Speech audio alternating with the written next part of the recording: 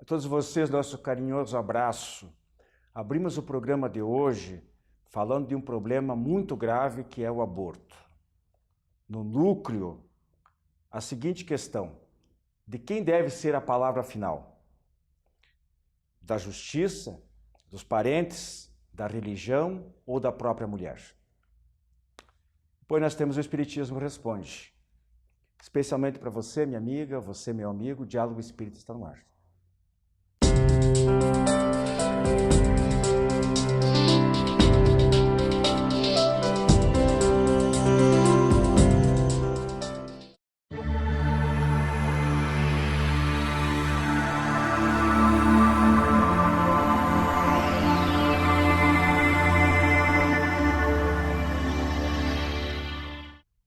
Amigos do Diálogo Espírita, nós vamos tratar hoje sobre a descriminalização do aborto, ou as leis que pretendem tornar o aborto aceitável, pelo menos em alguns casos. Rose, Heidmann, Joilson Mendes comigo aqui, prazer revê-los. Prazer é meu.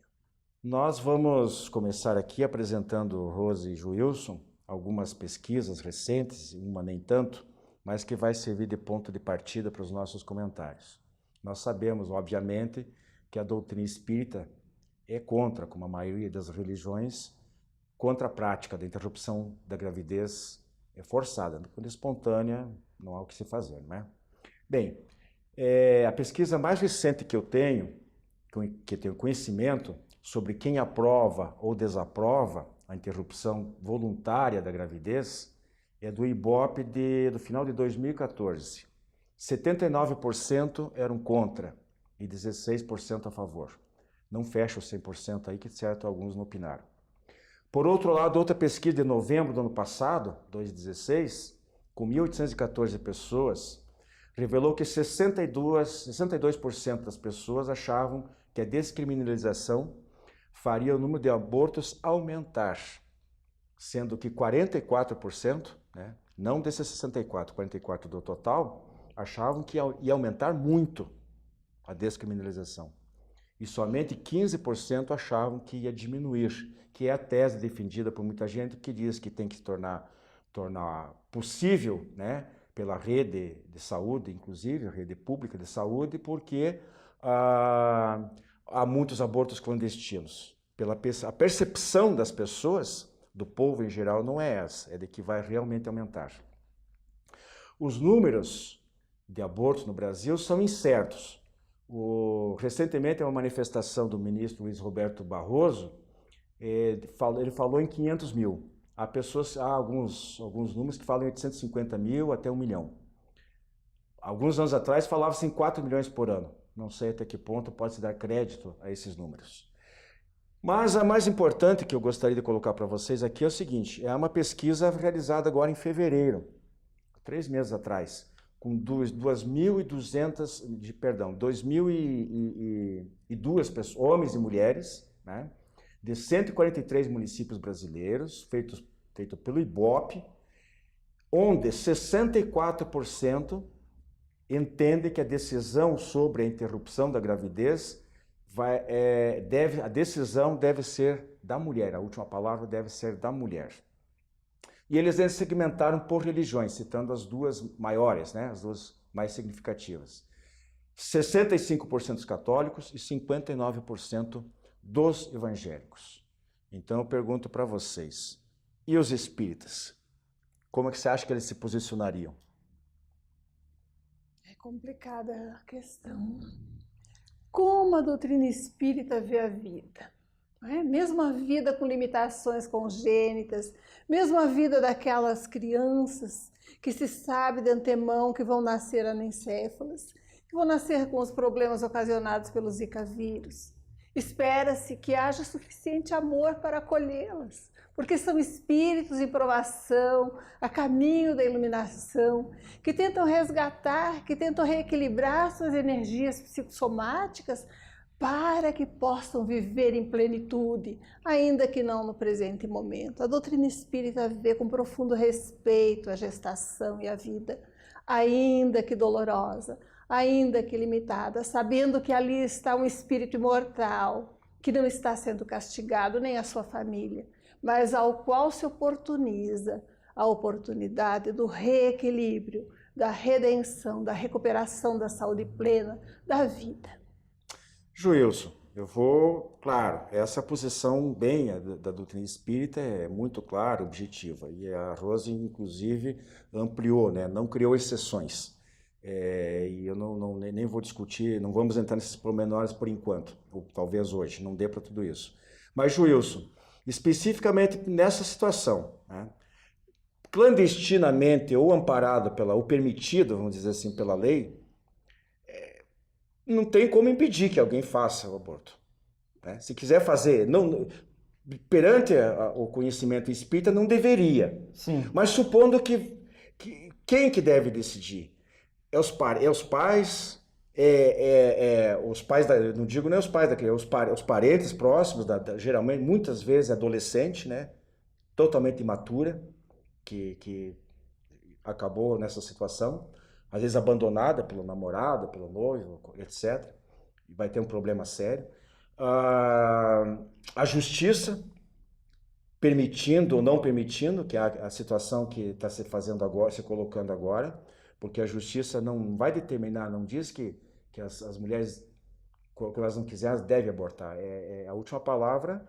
A justiça, teoricamente, ela lava as mãos, ela simplesmente não vai condenar mais a mulher que fizer, se ela decidir. Ou a religião, ou nós devemos seguir estritamente o que diz a religião e radicalizar.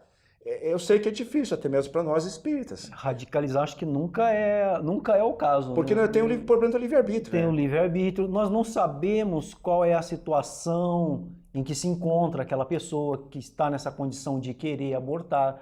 Nós não conhecemos a história de vida dessas pessoas, então como radicalizar algo assim?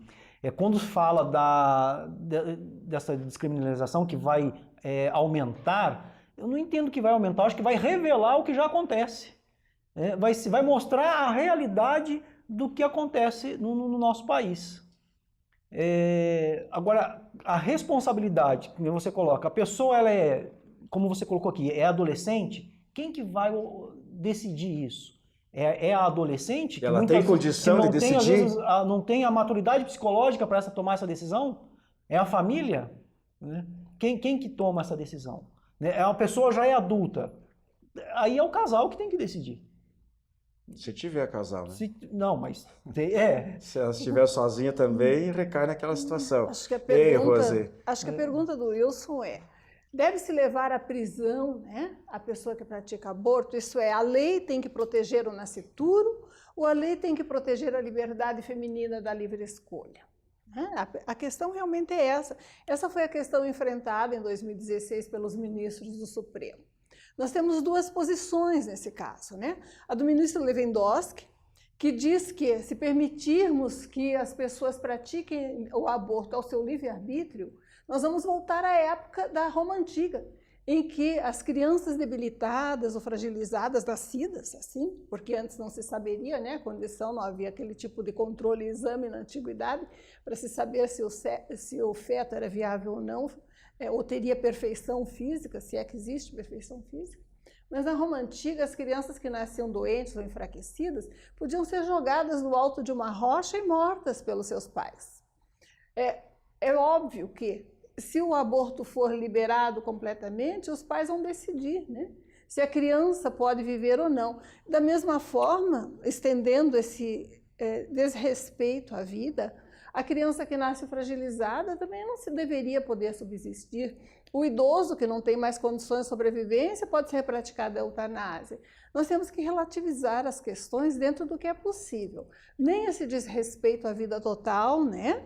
Que não vê o direito do nascituro, que já existe. Há um espírito imortal reencarnando ali, com compromissos, ainda que liberatórios, ainda que dolorosos, para ele e para a sua família.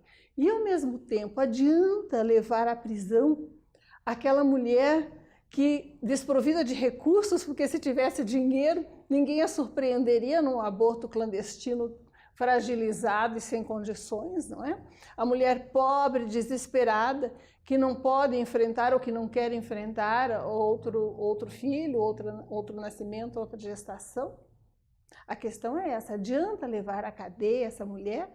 Eu coloco aqui duas situações. Aquele que promove o aborto profissionalmente, que ganha para fazer isso, é criminoso.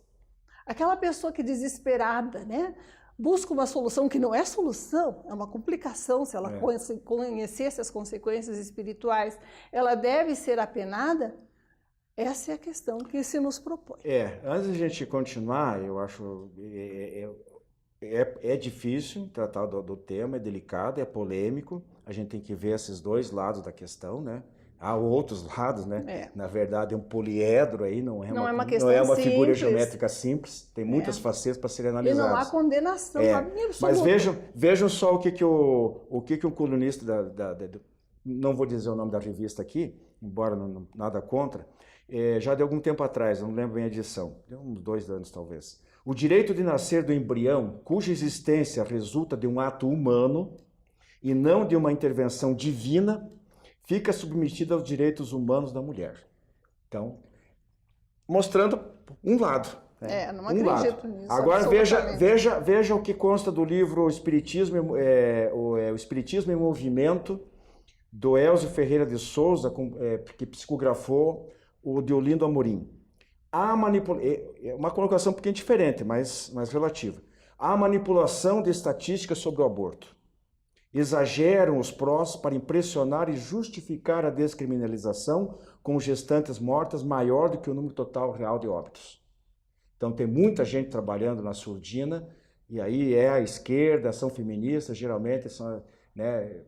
Gente, direito à mulher é uma coisa, e por isso que nós vamos voltar agora, depois do intervalo, para puxar esse lado aí. Até que ponto a mulher tem? Ela diz que o corpo é dela, e o que tem lá dentro não é mais parte do corpo dela. Está ligado apenas, é o corpo de um outro indivíduo. É isso que a gente vai ter que olhar. A Casa Editora O Clarim divulga há mais de um século a luz e o conhecimento da doutrina espírita com valioso conteúdo, de belíssimos romances a esclarecedoras obras doutrinárias. Conheça, divulgue e compartilhe a lucidez do Espiritismo. Casa Editora O Clarim. Acesse www.oclarim.com.br.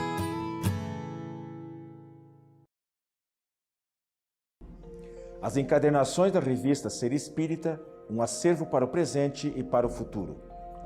As encadernações da revista Ser Espírita organizam e protegem os resultados do estudo e das interpretações mais recentes sobre os princípios fundamentais da doutrina espírita, à luz da filosofia, da ciência e da religião. Cada encadernação contém 6 edições, das 30 unidades publicadas até o momento. Você agora pode adquirir a coleção da revista Ser Espírita, contatando www.livrariaserespirita.com.br. Amigos, estamos de volta. Nosso tema ali falando hoje de um tema bastante delicado, bastante sério, que a doutrina espírita encara com muita responsabilidade. E nós aqui falando em nome do movimento espírita, em nome da doutrina espírita, nós não podemos nos omitir. Então, nós temos fazemos as nossas observações, as nossas análises, sempre embasadas naquilo que a doutrina espírita nos traz, que é amplamente suficiente para nos servir de diretriz segura na nossa existência. O problema é que nós não estamos falando para nós estamos falando para as outras pessoas. E aí que eu jogo para vocês aí, se a solução, por onde passa a solução, se ninguém, na verdade, deveria decidir, ou a decisão deveria ser tomada em conjunto, talvez, pelas pessoas mais interessadas, no caso a mulher, o companheiro e familiares, com uma orientação segura, como eu gostaria até que o Joilson citasse aí a campanha da Associação Médico Espírito Paraná, que se espalhou em vários lugares do Brasil, prevenindo, tinha um slogan, diga sim à vida, uma coisa assim, com palestras em escolas, um trabalho, inclusive em igrejas católicas, porque as parcerias são muito importantes. Nós, como espíritas, temos que ter essa abertura de procurar, de conversar e de dar as mãos, todos que trabalham, puxar para o mesmo lado. Não é para condenar ninguém, mas para evitar o mal. Inclusive, não é depois que a gestação já ocorreu, mas o ideal seria que se prevenisse a gestação indesejada. E essa campanha Wilson, da AME tem casos, inclusive, de pessoas que depois que a criança nasceu, né, a equipe que fez o trabalho teve conhecimento de que a pessoa assim, agradecia muito a eles daquela instrução que eles tiveram para não realizar o aborto. Né? Abortos, inclusive, relacionados a situações de estupros. E ela agradeceu porque aquela criança ali, que estava na família, foi uma alegria para a família. A criança não teve culpa do que aconteceu. E a pessoa, depois de alguns esclarecimentos, ela resolveu manter a gravidez e depois a criança nasceu e não se arrependeu. Então é uma coisa interessante, né, Rose? Até onde eu já ouvi falar, eu já conheço, assim, não pessoalmente, mas muitos casos, conta-se, que há muitas vezes o arrependimento de ter feito, mas nunca de não ter feito. Quando eu teve a opção, teve a necessidade de tomar a decisão e optou pela vida, não se arrependeu. É o mais comum nos casos que nós conhecemos. Mas nós temos um privilégio, né? Por isso que não podemos condenar a mulher desesperada em situação difícil que opta pelo aborto, embora possamos recomendar que não o faça sempre. Nós temos um privilégio que é de ouvir a versão dos espíritos, que escolhem essa opção de nascimento por via de uma gestação ocasionada pelo estupro, escolhendo ou aceitando um corpo que vai ter limitações orgânicas profundas. Esses espíritos, em alguns casos, consideram um privilégio a oportunidade de reharmonização do seu corpo espiritual pela escolha de uma situação difícil num corpo limitado. E muitas vezes, não é? Aquele espírito que escolheu a via dolorosa de uma gestação indesejada pela violência com que o feto foi concebido, contra a vontade da mulher, ele está, de alguma forma, tentando se aproximar de um ente querido, que é a mãe, para criar laços de luz e de amor que vão se estender por toda aquela existência e pelas outras também. Não é um espírito estranho, muitas vezes, que nos chega através de um meio tão doloroso. Então, a mãezinha, antes de optar pela interrupção da gestação, deve se perguntar: esse meu filho, que já existe, que escolheu a via dolorosa de uma gestação tão difícil para chegar ao meu coração, será que precisa sofrer mais uma violência da minha rejeição também? Ou pode ser acolhido e amado e ser uma luz, uma fonte de harmonia e paz na minha vida? Sempre que possível, a escolha pela vida e pela amorosidade traz as recompensas devidas. A gente sabe, né, que o aborto traz consequências muito graves, né? Muitas vezes físicas, psicológicas, emocionais e espirituais, que são as menos citadas, as menos observadas. E que a gente tem esses relatos dos próprios, via mediúnica, através de outras situações, das próprias obras básicas, onde os Espíritos nos trouxeram informações sobre os mais diversos assuntos, no Livro dos Espíritos, Evangelho segundo o Espiritismo, etc., etc., de que não é recomendável. Agora, ninguém condena, respeita seu livre-arbítrio, por isso que a gente fala, passa-se pela necessária maturação. É preciso que as pessoas conversem, que antes de tomar uma decisão dessa, que ela procure os familiares, procure amigos verdadeiros, não falsos amigos, aqueles que pegam os atalhos da solução mais fácil, mais rápida e que cria menos compromisso. Tem que pensar bem, é uma coisa séria que vai marcar para o resto da vida, né? E às vezes para várias vidas, inclusive, não só para essa. Mesmo uma vida que não é viável a longo prazo, né? De uma semana, 1 mês, 2 meses, 3 meses, é muito importante para o espírito que reencarna. Ele ter aquela oportunidade, às vezes, permite que ele se reharmonize o suficiente para depois voltar em condições de plena saúde, aquele mesmo lar. Enquanto que a interrupção da gestação vai adiar essa reharmonização e, às vezes, impossibilitar depois o recebimento de um filho plenamente saudável. Joilson, rapidinho. A mulher, quando alega que o corpo é dela, ela faz o que tem direito de fazer o que bem entende, como é que a gente dá para interpretar isso? Dá para concordar quando tem um outro ser em formação ali? Não tem como a gente concordar. Ela não é dona desse espírito. Não é dono daquele... Ela é hóspede, quer dizer, ela hospeda, né? Sim. Ela está hospedando um outro espírito, uma vida que depois é totalmente independente da dela. Independente, se a própria Constituição coloca ali que nós temos que dar o direito à vida, que todo mundo tem o direito à vida, não tem como ela... Nascitura é uma vida. Nascitura é uma vida, não tem como falar assim, não, eu faço o que eu quero do meu corpo, mas e aquele ali, não tem direito também? Ela já nasceu com aquele embrião, com aquele feto? Não, aquilo foi colocado depois, né? É que a alma já existe, né? É. Ela não nasce com o corpo. Essa é a diferença, sabemos disso. Agora, mandar a mulher para a cadeia também, né? Porque num ato de desespero cometeu essa arbitrariedade contra a vida alheia do seu próprio filho, também não resolve. Há os atenuantes e os agravantes, tem que ver todas as circunstâncias. As medidas educativas talvez fossem melhores. Eu queria encerrar aqui com duas frases, uma do Evangelho segundo o Espiritismo e uma da Madre Teresa de Calcutá. E ela diz o seguinte, a primeira, a Madre Teresa: o aborto provocado é uma das maiores cruzes, é a barbárie contra a paz do mundo. Porque se uma mãe é capaz de matar o seu filho, o que pode evitar que nos matemos uns aos outros? E no Evangelho segundo o Espiritismo, capítulo 14, Santo Agostinho, o Espírito Agostinho, né, diz o seguinte: lembrai-vos que a cada pai e a cada mãe perguntará a Deus, que fizesse do filho confiado à vossa guarda?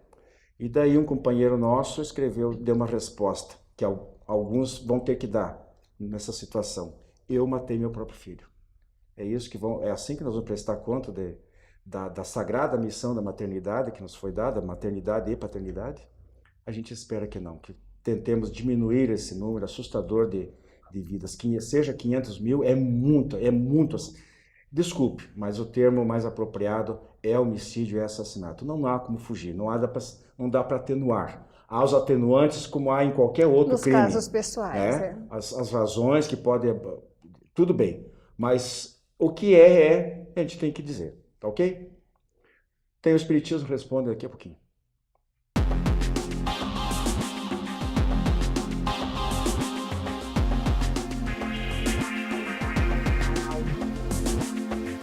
Prezados amigos, hoje no quadro Espiritismo Responde, nós temos a seguinte questão: é mais importante ouvir ou falar? E nós iniciamos com um grande clichê: nós temos 2 ouvidos e uma boca. E como a gente fala em demasia no nosso dia a dia? Mas eu quero responder o seguinte: nós devemos saber bem ouvir e bem falar. Não é uma questão de quantidade, é uma questão de qualidade.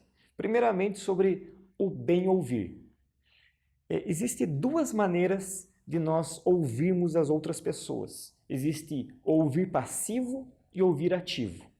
Ouvir passivo consiste: eu fico em silêncio diante de uma outra pessoa que fica ali tagarelando na minha frente. E nisso, na minha mente, passam várias ideias, eu fico fazendo pré-julgamentos o tempo inteiro do que a outra pessoa está dizendo. Pré-julgamentos a partir dos meus pontos de vista. Muitas vezes eu fico tentando desviar a conversa para que ela se torne mais prazerosa para mim. Quantas vezes que não chega alguém faceiro contar para mim algo que vai fazer no próximo final de semana?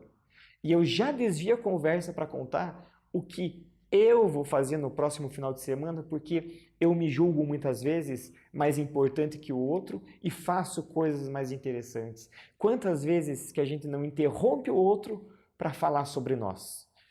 Isso, quando não, a gente faz o seguinte: a gente tenta ver uma maneira de desviar a conversa para finalizar-la logo e despachar logo essa pessoa. Esse é ouvir passivo. Nós temos também o ouvir ativo. Para vocês terem uma ideia, nós pensamos 4 vezes mais rápido do que falamos. Então, enquanto uma pessoa fala, tem um turbilhão de pensamentos na cabeça da outra pessoa. E essa pessoa, para de fato ouvir ativamente, precisa frear todo esse ruído interno. Isso exige sacrifício. Isso exige uma doação daquele que está ouvindo. E um detalhe a mais: o ouvir ativo, ele coloca em prática a empatia, ele se coloca no lugar da outra pessoa, tenta ver as coisas da maneira que aquele que está falando as vê. E é esse ouvir ativo que nós precisamos praticar no nosso dia a dia, é esse ouvir ativo que é uma bondade para com as outras pessoas. Em relação ao ouvir é isso. Em relação ao falar, existe um ditado que diz: há 3 coisas que não voltam atrás: a flecha lançada, a palavra dita e a oportunidade perdida. Então, cada palavra que sai dos nossos lábios, ela não volta. E nós vamos arcar com as consequências de cada uma delas.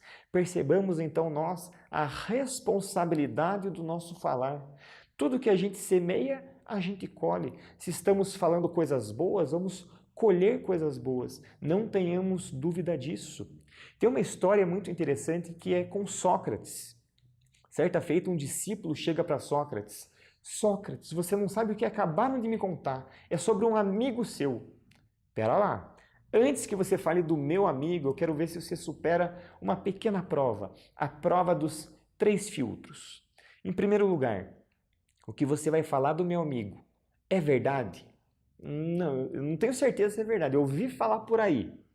Muito bem, você não tem certeza se é verdade. O segundo filtro. O que você vai falar do meu amigo é algo bom? Não, bem pelo contrário, é algo ruim. Ok, então o que você vai me falar, você não sabe se é verdade, é algo ruim. E o terceiro filtro, o que você vai falar do meu amigo é algo útil para mim? Não, também não é, Sócrates, não é útil para você. Então, se o que você vai me falar não é verdade, não é bom e não é útil, por que você quer me falar? Analisemos isso no nosso dia a dia, quantas coisas que a gente fala. Analisemos de 0 a 100% tudo que a gente fala. Quantos por cento não são abobrinhas, não serve para nada? Quantos por cento não são para destruir, para rebaixar as outras pessoas? E quantos por cento do que a gente fala não são para elevar, para enobrecer, para construir? Enfim, devemos cuidar muito com o que a gente fala. E para a gente finalizar agora, é mais importante ouvir ou falar? Nós precisamos saber bem ouvir e bem falar, e cada coisa no seu momento. Continue mandando suas questões para adepr@adepr.org.br. Muita paz a todos. A editora O Clarim, de Matão, São Paulo, é uma das mais antigas do país, com cerca de 200 títulos publicados de primeiríssima qualidade.